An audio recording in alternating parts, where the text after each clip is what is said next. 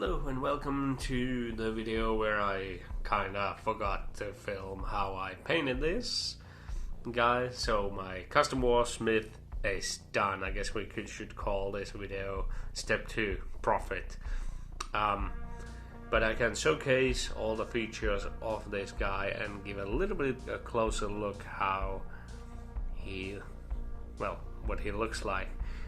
I kinda didn't take any progression pictures of the miniature himself, or well, the Warsmith himself, but I did take how this base sort of got made into. Sorry about the terrible lighting, but yeah, if you missed the last part or didn't really care for it, since he didn't look so badass and cool in that video, this Warsmith comes with a whole bunch of features such as removable arms.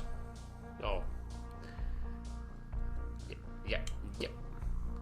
So I can remove his arms and give him a variety of poses.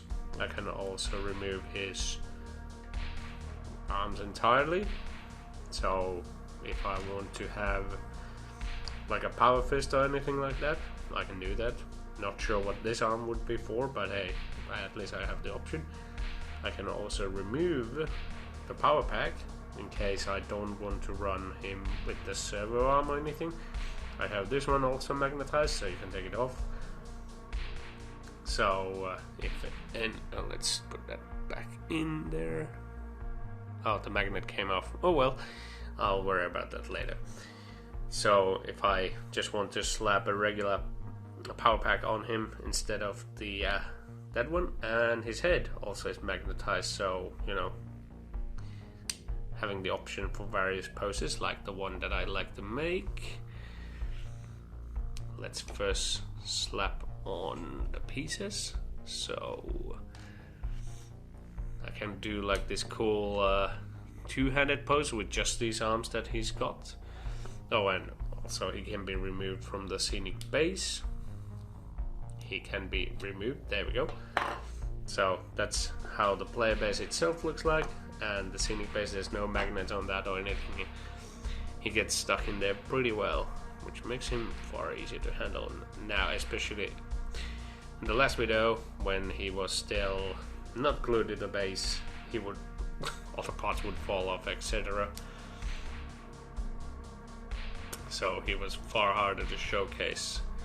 Like one of the poses that I like is if you just align the parts just right, he's kind of doing like this charge, sort of, just a little bit fiddling with the other arm, the angle.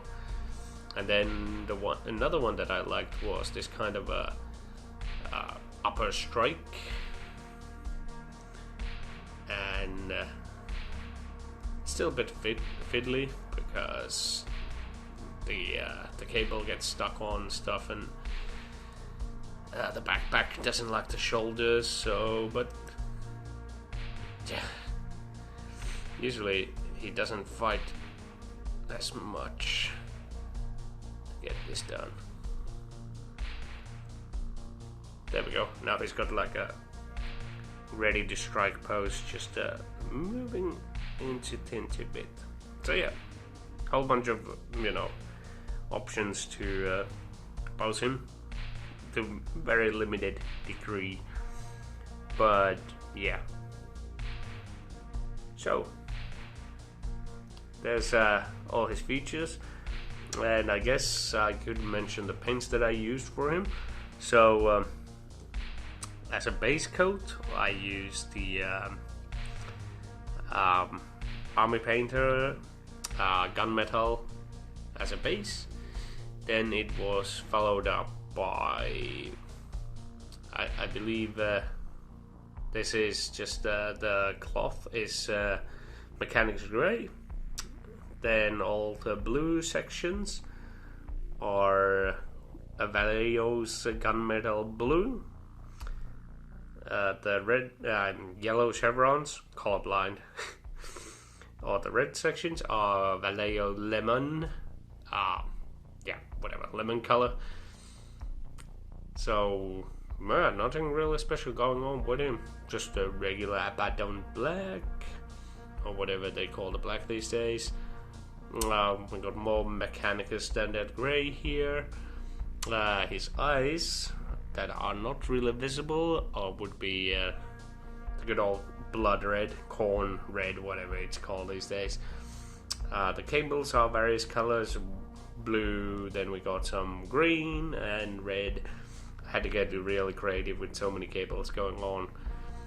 Then we got the chevron cable just to give him more of a Iron Warriors look, and then all the highlights of the silver bits are Vallejo silver or I believe Runefang steel, either or. And yeah, for the most part, I slapped all those colors in, with the exception of the silver. Gave him a no oil bath. We got some Balthasar gold in there that I forgot. And then just went ham with the silver, giving some sort of a shiny look all over the place to give him some of that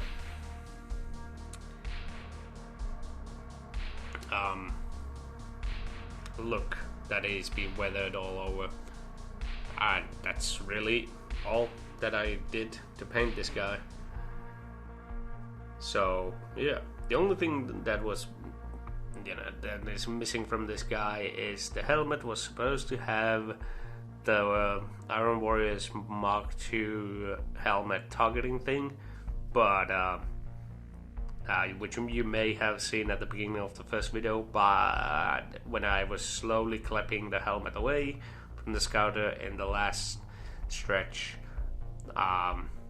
the clippers couldn't get purchased, and they kind of snapped the scouter section itself. So that's the only thing that's missing from this model, but it looks just fine without it. But I'm sure he would look fucking well, I already said, so he would look fucking epic with it, but we're not having any of that. But hey, since I have the pictures of this thing, the base, I guess I could showcase that for you next, how this came to be. And I sort of feel like I've kinda outdone myself with this base, but hey, that's just my patting on my own back, yeah, that. But yeah, there you have it. I'll just get back to this so I can put it back in there. So let's quickly showcase how did I make the base. So first you get the prime of the gunmetal from Army Painter, just a full coat, nothing special going on there. The next step, I took the Mechanicum grey and made it slightly brighter with white to get this kind of a concrete color to go all around the base, because I kind of wanted to have like all these metal pieces to be on like some sort of concrete as a foundation for the building. I also started to coloring the lights a little bit, or that's what I presume they are, along with some of the pipes. So that's what you see here. And after that I started taking slowly working on with the details, such as the metal the side railings, giving them bronze, all the bolt casings on the ground, and the magazines. And also I gave the black background for the Iron Warriors flag, and I believe the pipes on the background that you can't see on these images are now fully painted also. For the next part, just fine-tuning all the pieces that we have so far. Some of the lights are getting kind of this white color to make them seem shinier than they actually are. I'm basically preparing this thing for a wash. Gave the black rim for the the bronze rim for the flag, and also colored all the sections of the flag that are gonna be yellow. And right now they are rag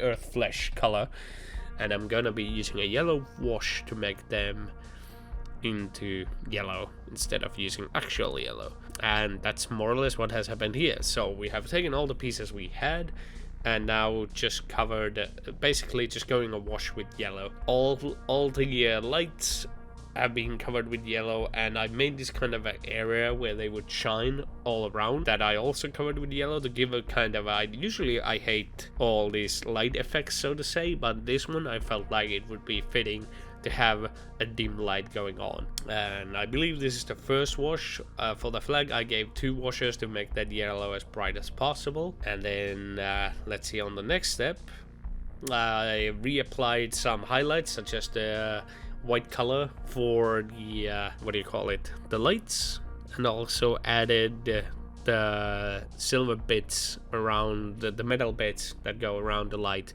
to give them some more color. I believe I also go around and fix anything that may have previously left undone, such as places that you don't want a concrete color, etc. But moving on to the next step, then we give a full wash of null oil for everything with no sparing at all. You can even see some of the spots at the bottom in the magazine and inside the pipe that are still drying out from the null oil. This brings all the colors together and makes all the mistakes, you know, less seeable. And for the next step, we go around. I gave another wash with the Casandora yellow for the yellow bits for the lights to make them more brighter, because the null oil made them quite dark. I also took this really light copper color and went through all the casings to give them really shiny section. And I also took the silver color to go around all the empty magazines, the edges of the pipe, and yeah, all that stuff. Also took that copper color and went through the edge of the railings to give you an idea what I've done there. So this is basically the complete image of the base in its full form, and then we just add the man himself on it. And as you can see, I also added I covered the bottom of the base with the mud, as all I do for all my Iron Warriors, and also mudded up the steps so you can see where the Warsmith has walked up to the flag to figure out who has done such a disservice to our legion. And yeah, so that's how I made the base. Sorry that I didn't do the same for the Warsmith himself, but who knows, maybe one day. It's really, I just painted him exactly the same as the base, basically. The base really is just Iron Warrior colors aside from the concrete, but yeah.